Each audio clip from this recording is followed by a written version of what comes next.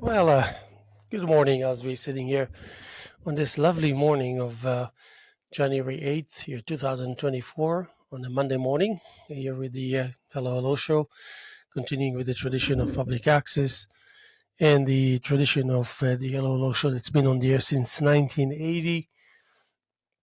Of course, not to fail to mention the contribution by Fraser Dougherty, Francis Ann, and huge partners to Fraser Dougherty with his vision concerning um, the formation and the putting together and the vision of public access here at the east end of Long Island. And as you see us here, we are actually the extension of this not only desire, but the hands on investment of time and goodwill. And it's like the quality of the show or the accuracy and the clarity of the message is secondary to the actual will in place that makes this machine um, achieve more of a human face every time the engagement is taking place. So, being alternative, modern, um, conservative, or extremely surrealistic, and so much more. Anyone can create his own list as far as what kind of attitude do I utilize in this time or another time, this place or another place. Public access is kind of a space that kind of tries to work with you and also now and then remind you. By saying that, that means educating you of the extent of what's available to you. So here we see it through the clarity of what public access and our understanding of public access is all about. Um, and the result is evident. We have a 24/7 channel ongoingly portraying a state of mind of a community, but obviously you can see it's just only a replica of the world.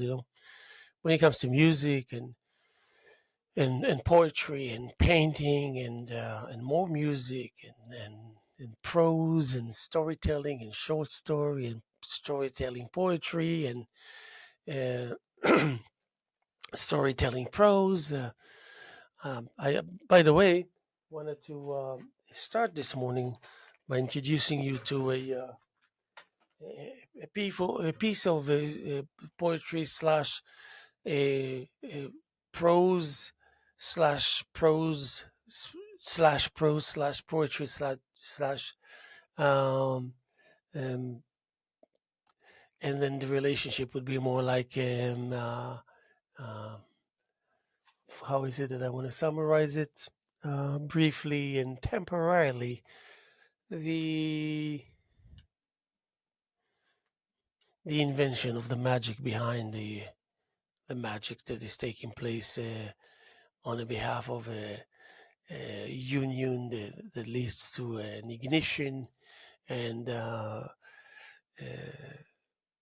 a cross implementation of the luxury of having more than one mediums to engage yourself in the creative process, as the creative process is inevitably an inseparable part of who you are and your life, what your life is all about, and what your understanding of this relationship between you and this desire and both of them together, how it's going to go forth in order to aid the world, enhance, maybe slash fortify the reality, you know, and the um, and maybe in more ways than one. At the end of the day, find yourself as the one who happens to contribute, So, and sometimes this level of clarity, how exactly we are contributing, is not so important. Just the knowledge of that contribution that's taking place. So, I wanted to read you a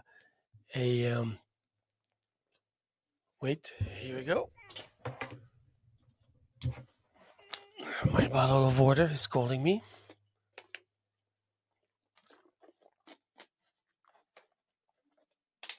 So I wanted to start with I would prefer to call it Author Anonymous, and but other than that, it's just a matter of uh,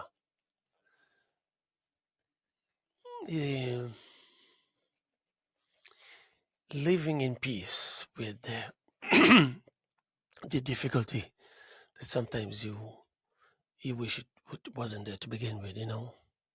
It would be more vacant, less struggling, less frictionful. Um, and then you attempt. With poetry is something very interesting. Once you engage, and once you want to accept upon yourself the fact that who you are, as far as speech, as far as verbal externalization, uh, composing, the necessary level of trust in oneself, and the just sitting in one place, being in one place, and feeling the vibes of traveling all over the place. There's something that's what leads it is really like a backbone of surety and the obviousness of experience that comes to play and actually delivers. And yesterday I went through it. It was unbelievable. It was just unbelievable that I realized that most of the secret, if at all there is one, of how we break through, how often we break through, um, eh, how much, how easy, how easy we can make it in the process of pursuing. So it was um, knowing to ask the right question, the knowingness of of knowing what questions to ask, which of them will come to the surface. Like, what is it that it's because I discovered? Let's just say I ask for myself, but I address a third party in order to be less intimate, so I can be more technical and professional, so to speak. So I address a third entity, and the entity is there because I place her there, him there, they there, and then it just kind of communicates with be with yourself, kind of thing. Yeah. Okay. So uh, so so so I can start by being very gentle and say, aid me a bit. Uh, and then this idea of certainly, of course, that's going to take place, and then you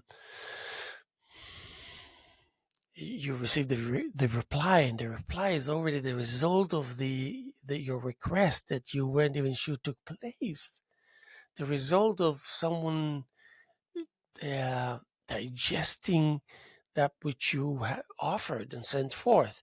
So there's an amazing discovery. Someone already sending you someone sending you back a version that would be so absolutely completely difficult, almost next to impossible, even if you have all the money in the world to have this kind of help. Um, I remember when I first started with poetry, I started with David Ignatov and Alan Plants and Patricia Sweeney, that happens to be a wonderful, wonderful poet, and Alex Russo and Mindy Cronenberg and Joanne de Simon, my friend that passed away about 6 months ago or something, that I love dearly. I got to know her for a couple of years, and it was like a lifetime friendship. Wonderful out there, people. But I mean, even if sometimes you realize, even if, and all, most if not all of them had the good intentions, good meaning, generosity, uh, going somewhat kind of out of their way to help you, and they don't kind of wait for you to need the help. You just like they're just mm, uh, making you aware that it's just the kind of there unconditionally because it's the right thing to do. Being there, then being there. So, and then after you write the ask question, you follow with another question that must be the right question. suddenly you're shifting the struggle between addressing the issue itself. Let's just say um, I want to do what André Breton first said in 1925, the Manifest of Surrealism. And he was telling you mainly, mainly, it is important not to to to need to turn around and examine what it is that we already have achieved, because we are on a mission, we are on a roll, we have a vision, even if it's not absolutely together, but we have a vision and we have a technique of mobilization, and it's all poetic and it's all creative. So we have an idea or two about. Um, so now you realize that this has shifted into actually asking the right question without thinking if there is anyone that we can ask this question and not only hope to get an answer that we know ahead of time that this is the person we want to ask and get the answer from.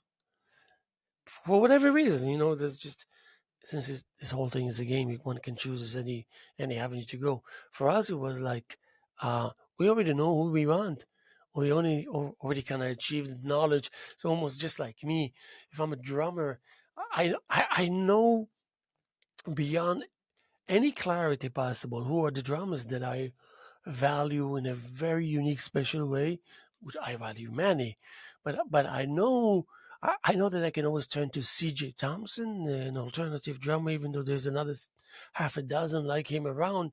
But this is a representation of a group of a state of mind, and I can gain access with it.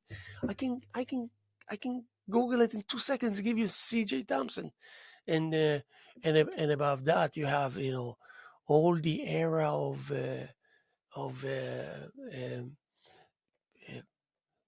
Marvin Smith, Dennis Chambers, Steve Gadd, all this kind of group of people, and then going through hardcore Terry Bozzio. I mean, I can go on forever, and it's real. It's all real because also it's so real that you actually actualize it by way of audio, video, a written essay, anything that you want by way of information. It's unbelievable. It's just unbelievable.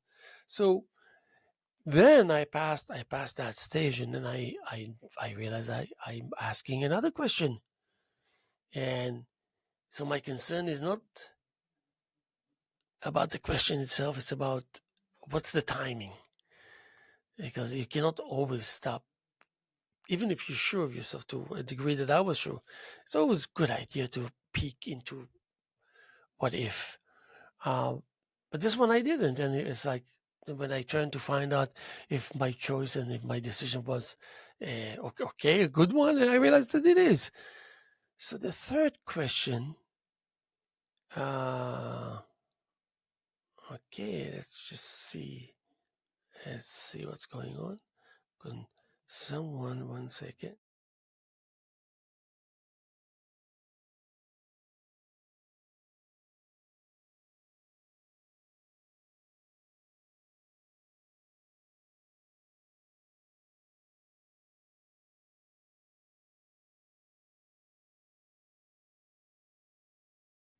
This is life. It's early in the morning, and I just got this. No, I don't want that. I don't want. I'm sorry that I have to do this, but let's see. Yeah, I'm gonna have to do this here. 1 second.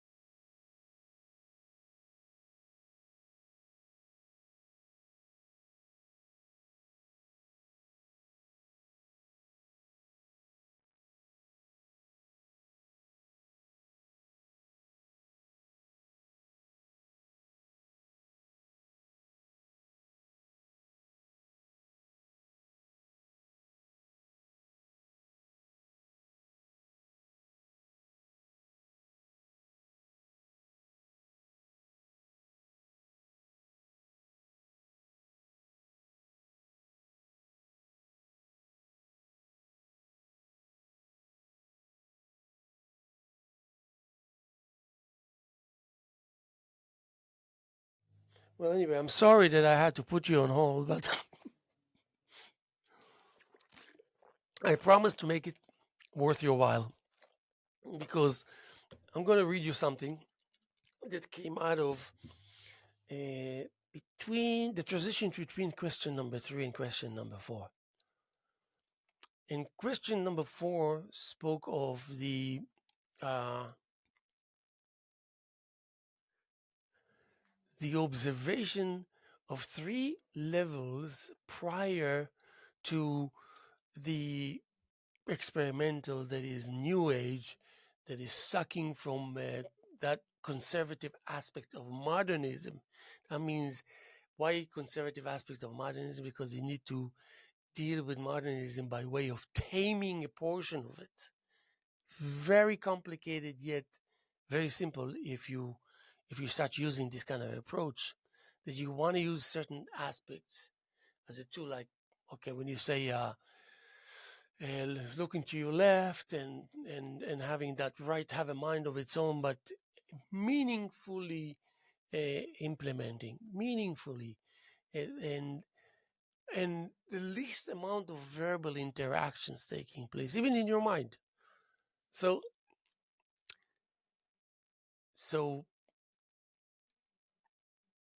you're getting a condensed description of your work.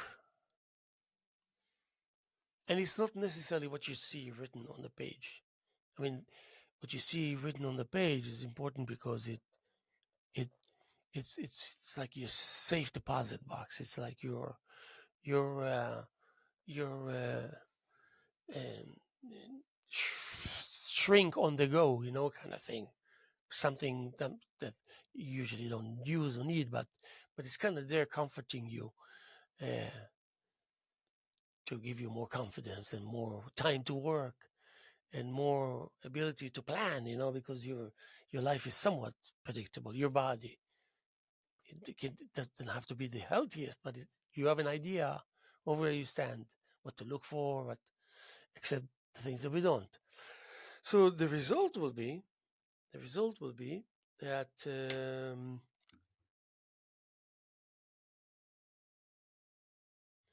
and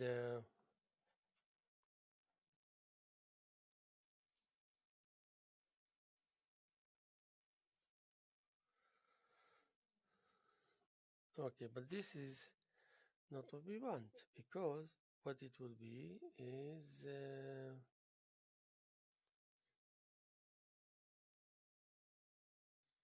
oh yes, I know what to do. Okay, so the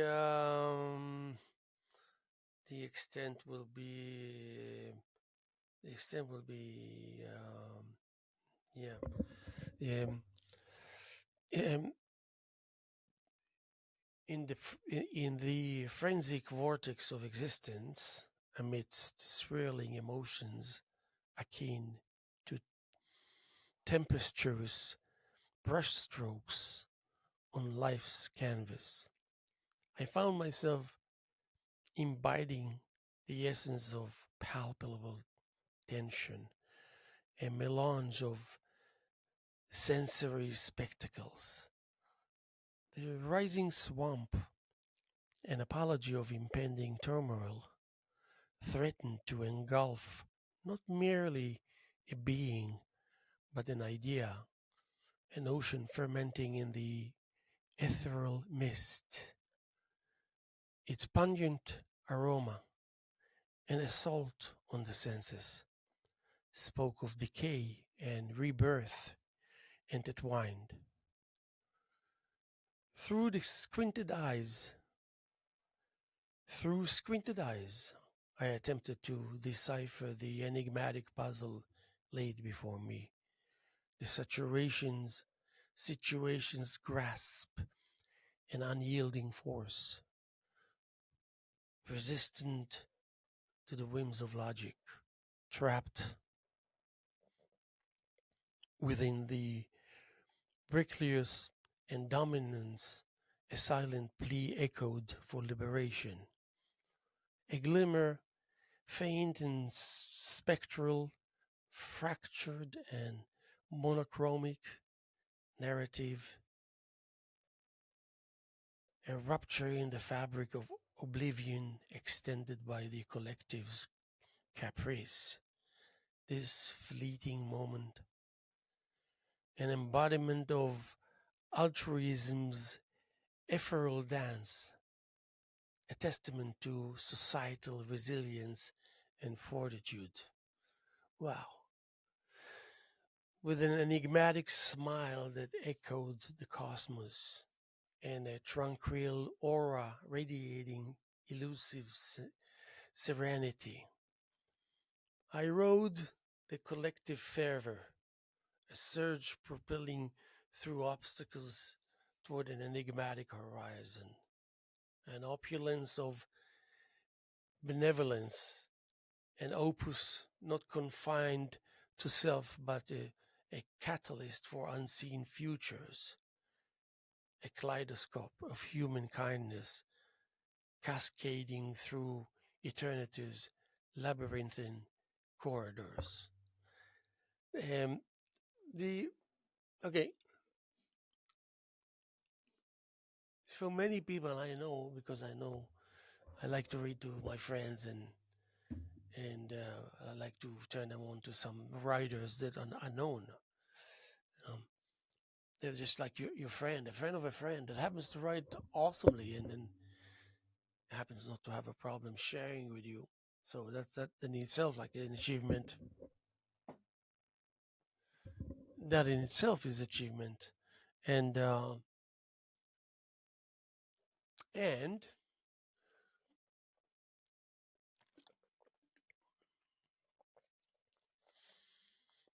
and as you know, in life, you really, I mean, when you speak of the creative process, for me, as the importance of creative process, any kind of creative engagement um, releases the right combination and the right amount of composition that are kind of laid ahead of time for you. So you'll have to struggle through life, but it doesn't mean you have to drown or to fall from a high riser or something like that. It's more like eye level, you know, uh, search that happens to be a research, that search. And that, like I said to my friend this morning, you know, if you take an apple and slice it, is I don't care how you slice it, it's going to taste like an apple, it's going to look like an apple. Even though it was kind of cliche, an example, but at some point I felt like sometimes when you have something like this to say, it just falls in such a perfect timing that it just sounds so much more meaningful and smart than it really is. But so this morning was like, because we were talking about something extreme, you know, and even if we weren't like raising our voice with passion, all this, it was still we know the dynamics of that takes place while the creative process is in session, you know. So and then and by the way, yesterday, in the spirits of that, I was with a painting of mine in a play. Well, and this was again. I remember I said it's between question number 3 and question number 4. That in between of that in between, you have the entire answer for question number 3, and you have the beginning of the answer of question number 4, and that's because you allow the space between questions to be considered as viable in the creation of that level of intensity, because you're bringing two thought methods almost, even though they literally depend on each other and kind of bend, I mean, rest on each other, even though the 3 comes and works right to left, and it's moving, and of course, even if number 4 would not be moving anyway, because it won't be moving forward ahead away from you, because it needs to be uh, faster than the branch itself in motion. The journey of the branch. You sit on the branch, and then you have your own observation of what is just about to happen by way of implementing, you know, and then these things that I talked to you about, the things that snip, snap, snappy in front of a canvas, for example. So this what I just kind of started to explain to you, and I can use another 10 minutes to finish it in order to be exactly where I was 8 minutes ago. But it's important because I was watching, I was observing work that I've already accomplished. I mean, one canvas, and then they were like 3 attempts that produced 6 layers, and 6 layers produced 3 modifications, transformation, therefore, uh, and uh, and very casually, might I add. So that means these things are taking place, some of which are really intense. They're quiet and all this, but under the surface, a lot. If you're aware, because I'm kind of aware of what's taking place there. I'm, but even if you're not aware in the way, in the style, and to the extent that I do, once you are in this territory, you're already ahead of the world. You're already ahead of the world. So, and I can take you all the way back to the early stages. And when I speak of that, I speak of the entire community of artists that are not yet supposedly accomplished artists, and most probably will never be because they never had to, and they can be great and whatnot, and all of the above without any special titles or definitions, other than the things that they can support an argument that you want to be initiating and responsible for. So there's a so so that means on the surface it will be like I I know what is required of me because I think about the people that made a difference across the generations and allowing themselves to that level of kindness just flow out of them and and and have that information available for people, their humanity, their sensitivity, their fragility, and their strength, their knowledge, the extent of the knowledge of them knowing who they are, who they really are, and how it's so important and why it's so important. I adapted early on. Lucky for me that I actually accidentally really favored uh, adapting contemplation, what that which lies behind contemplating. And so being able to contemplate was uh, um, gambling and experimenting together. And for the most part, you would be the one that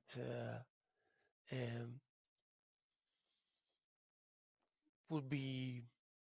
Let's just put it this way: uh, you know that your feelings, if you're attached to certain things, and now you're going through a professional process, experimentation, and you know you got to be very technical and and all of the above that's needed for this little tiny thing, that one of many that needs to be concluded, because you need to go on with the plan, even though there is no plan per se plan, but there's just a regard towards what we know that we are approaching, and letting the source that will eventually give us what we want to do some of the contemplating, some of the contemplations.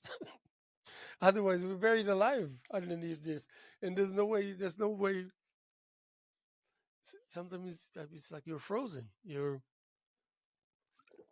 When painters will approach you sometimes and tell you, I sometimes stand in front of the canvas and it's blank and it's white for the longest time. And if you ever thought like me that this is strange because they're talking about long time, sometimes weeks, and some people it bothers them because they're just like cannot see themselves under any circumstances observing a canvas and remain that canvas remains white and blank for that. But then later on, you realize why we shouldn't feel that it's a strange thing, because like Dr. John Sarno used to say, the pain is real. So we have to deal with the pain in order to make sure that we allow ourselves to have a painless time in order to create and to do what we need to do, functioning as a human being. That's a creative aspect.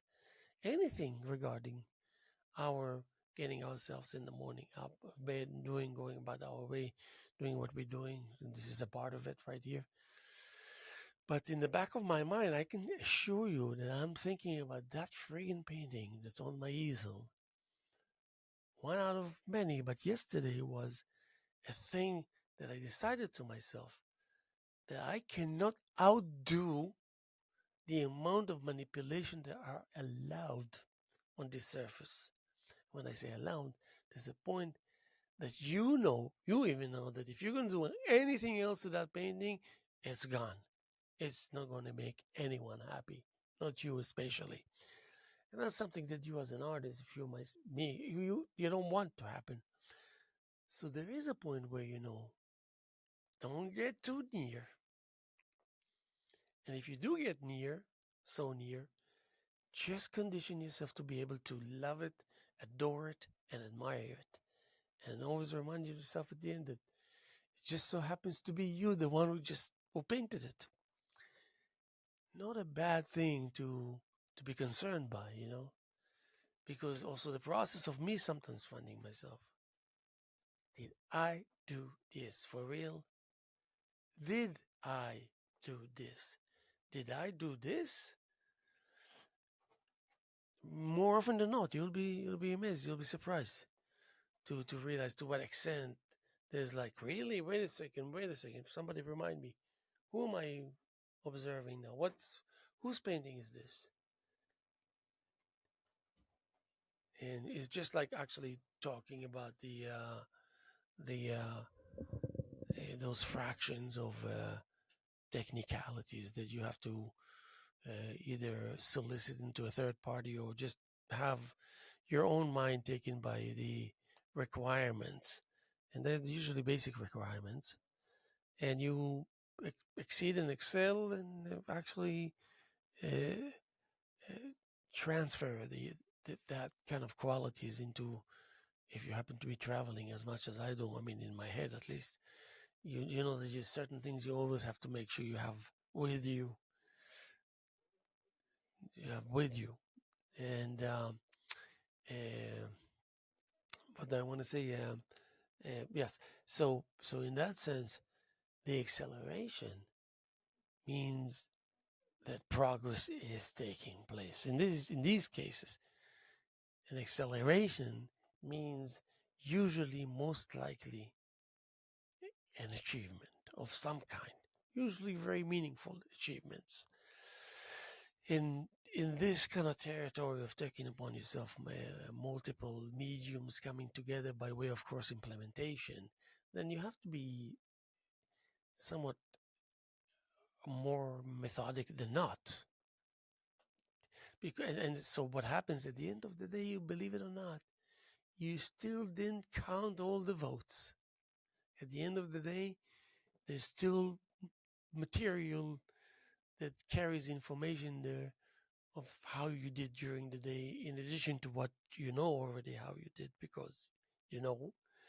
So it's a wonderful, unbelievable way of shedding the tiredness and stress that accumulated naturally during the day. And then while you're actually doing it, you're observing your achievements, your accomplishments. Let's put it this way. A fantastic feeling, a fantastic feeling. So, because that is maybe 20%, 80% you already kind of know and clear, but it makes you and forces you to go and through the 80 in order to complete 80-20 to a 100 scenario. Now, these things sometimes take place 5 times, different times an hour. If you happen to be in the place where you create, you paint, where you write, whatever it is, all the way from an office room to a fully blown studio, uh, and it's a no-brainer. Now, all of these, and take all the artists that you have, and I keep on mentioning and repeating myself over and over again all the time, really. And not even 4 million, 50 million, 200 million, half a billion poets, artists, musicians that are just full of goodwill and some kind of completed level of resolve. Uh, Outside of it, many dynamics, of course, but inside of it is a consistent resolution, like a nice glue, a nice kind of something that gives you a perspective through that which you already have a clear vision of, but it gives you a little kind of extra, maybe a drone view or something like that, very brief, just before you know it's there, it's out of sight. So all of these things, and another 500 million like me that are just spread all over the world. And most of them don't even know why they're doing what they're doing. It's just know that it feels good and they cannot imagine something bad coming out of this engagement. So there you go. Some people have offered this explanation and they consider it as a very profound explanation, which I couldn't agree with them more. It's evident, as much as it's evident that when you say I love you, that means I love you. Yeah, we can always pause and say, well, should we trust people so much, or should we trust so much? But then it's just like a no-brainer. You don't ask these questions any longer, even though it doesn't mean that your level of vigilance is reducing or disappearing. It's just the style. And so I read you what I just told you that I found, and that leads, when you reach and complete question number 4, you must go back to question number 1 to ask it again and treat it as if you treated it as number 5. And there's a good reason for this. Just bear with me. There's a good reason for this. Hmm.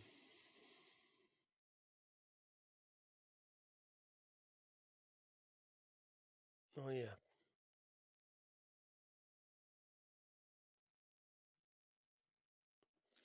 So this is two variations. Bear with me, and that's like going back to question number 1, revolving around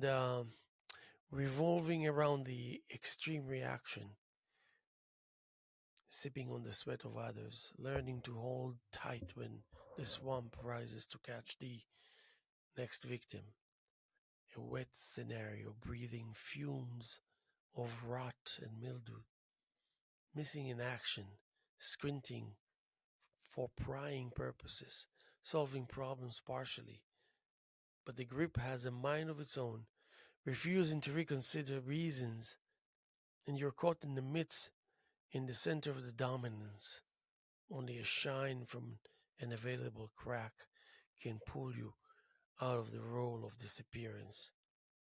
And lucky for you, a hand is stretched forward to accept the gestures by the crowd.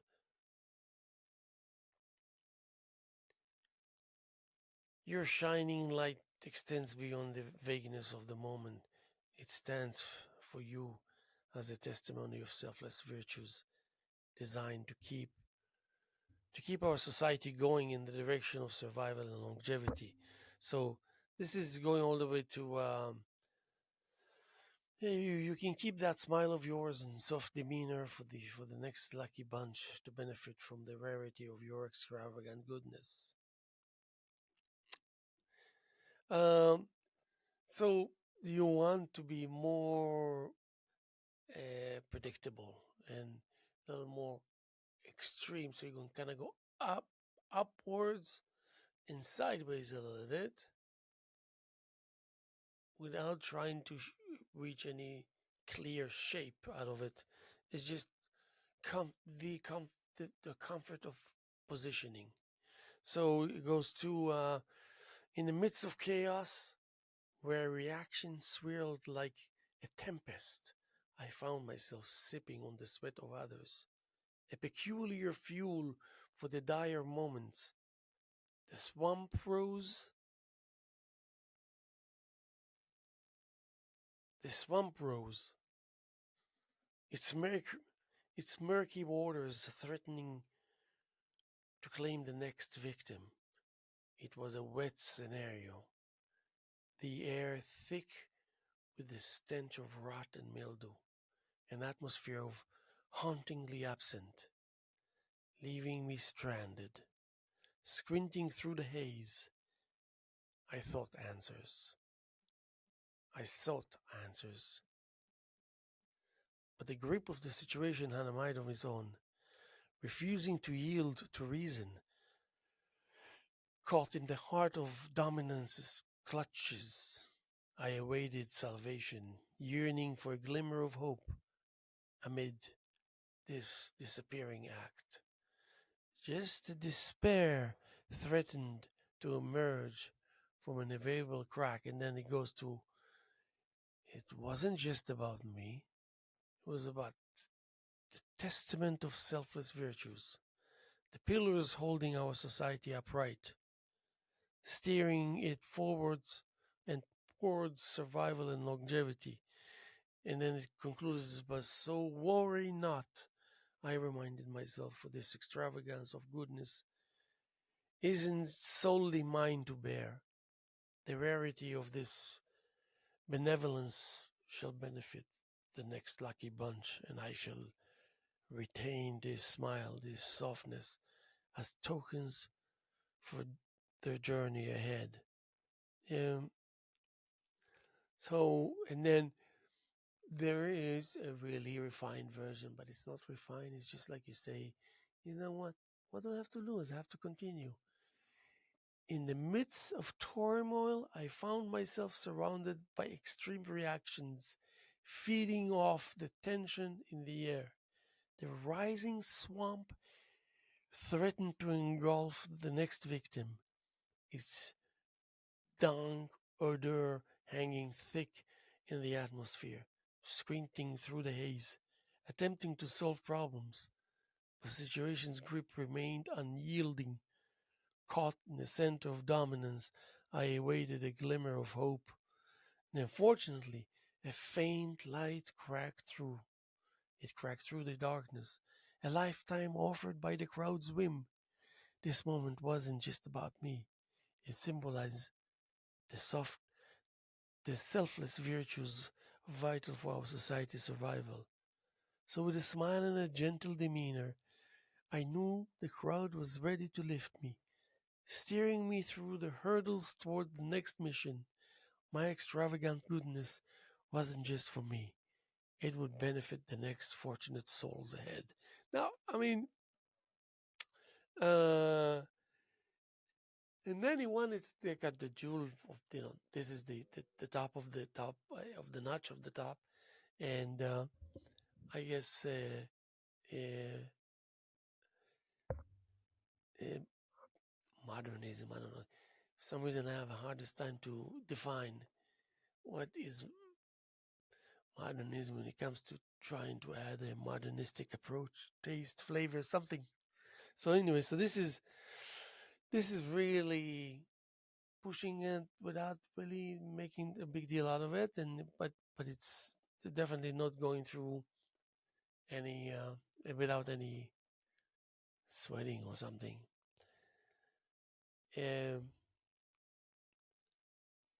Amid chaos, I found myself in a whirlwind of intense reaction. Soaking in the tension around me, the swampy mess threatened to swallow the next victim, its stench making the air unbearable. Struggling to navigate through the haze, attempting to solve issues, but the situation's grip refused to budge. Stuck in the middle of a power play, I hoped for a way out. Luckily, a faint glimmer pierced through and a lifeline offered by the crowd's sudden support. This moment wasn't just about me, it symbolized the importance of selflessness for our society's survival. With a smile and a calm vibe, I knew the crowd had my back, guiding me through the obstacles towards the next challenge. My generosity wasn't just for the show, it would help others down the line.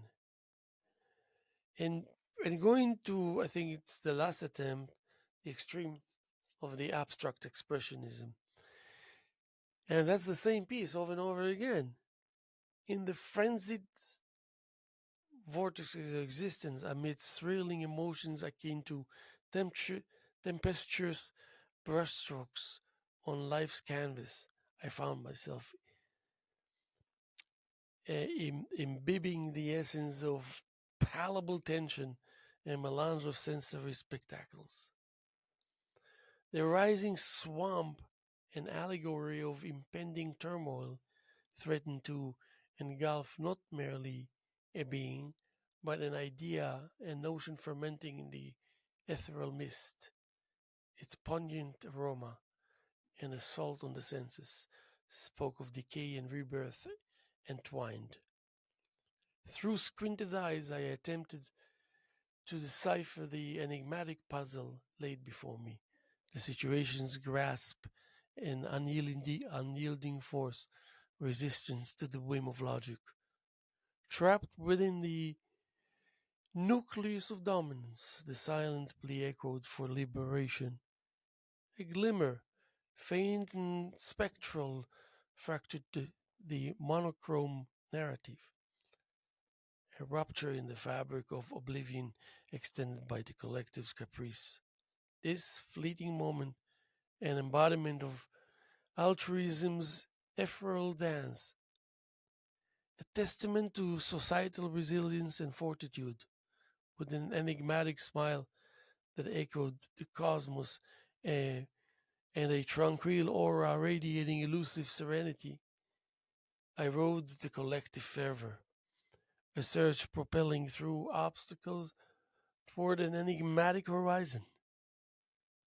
The repellence of benevolence, an opus not confined to self, but a catalyst for unseen futures, a kaleidoscope of human kindness cascading through eternity's labyrinthine corridors.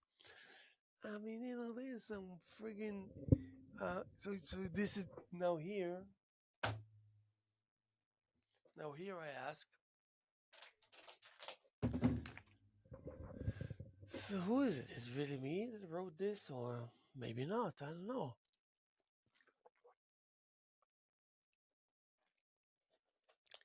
And when it happens fast. But then, what is responsible for keeping the rationale, keeping the writing, even though it's a computer, but just kind of online, within the lines? It doesn't go up and down. For some reason, you just kind of have these disciplines. So even I love handwriting. I love to write. I used to much more. I used to do my writing on a pen and a pad and a notebook. I miss that. I can't say that I don't, but so I was. Let me see. Just wanted to mention again that we're sitting here on January 8th, year 2024, on a Monday morning here with the Hello Hello Show, and my name is Haim Mizrahi, and not to forget to mention the wonderful group archer that we have here on display through the month of January. And I want to thank all of those who showed up for the opening reception. So as I said, yeah, through the month of January with Josh Dayton, a wonderful painter and um, beautiful stuff. And Steve Lotion has, you know, an impressive body of work, full body of work. And I happen to show a few pieces here also. But the combination of Josh, Steve, and myself is really worthwhile. But any attempt, artistic by nature, that we have here coming out of LTV should be good enough of a reason for you to come and check it out. We are on 75 Industrial Road in Waynescott, New York, parallel to the runway of East Hampton Airport. Very simple. 75 Industrial Road, Monday through Friday, 9 to 5. Also, check out LTVEH.org. Get all the spectrum of all the performances and programs that we have here in theater and music and whatnot. But Monday through Friday, 5 to 9 and 9 to 5, you can check out the group arches. We have it here on monthly basis. So we're going to come up with some really interesting stuff. So in that sense, we'll be very happy to see you. And while you're here, if you're already here, ask about the nature of public access and how it is that you can get involved. So I just wanted to say that maybe let me see how much time I have. Okay, so pretty much, let's see if I because that was a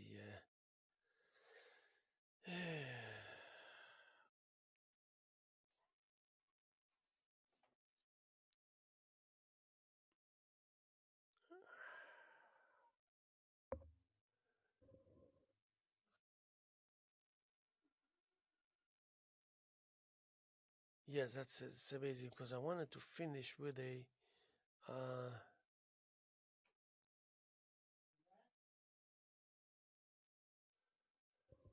yeah. So yeah, this is it. Okay, I'm gonna finish with this. I stood at a distance,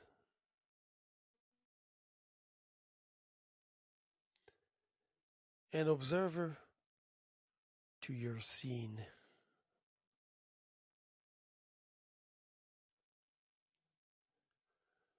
Far from wielding control.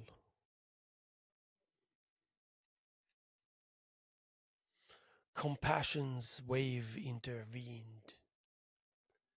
So, and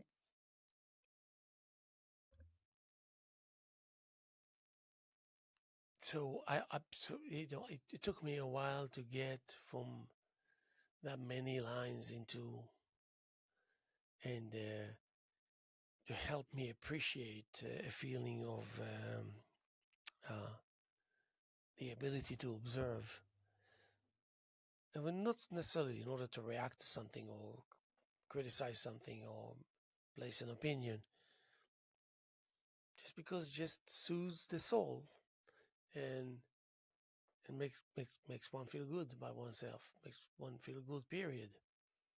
So that's always a good thing. So, in that sense, it's uh,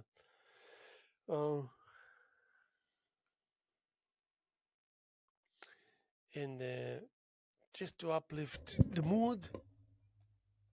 Yes, almost. What is it? Yeah. Reaching for closure, a green light through persistence. At first, a shimmer blurred the sight's insistence. Swiftly, triumph took a lead, a resolute runner. You faced what's pure, head held high, a wholesome stunner. Embracing your breakthrough with sheer delight, welcome to the ranks. sweet man shining bright. Okay, I hope you enjoyed. Thank you for your attention and patience. We're going to be here tomorrow as much as we were here yesterday and as much as we're here this morning. Lovely, cold, crispy morning, Monday morning, January 8th, year 2024. Here with the Hello Hello Show. And my name is Haim Mizrahi. We thank you. We appreciate you. We know you're out there. And we'll see you soon, I guess. Sooner than later.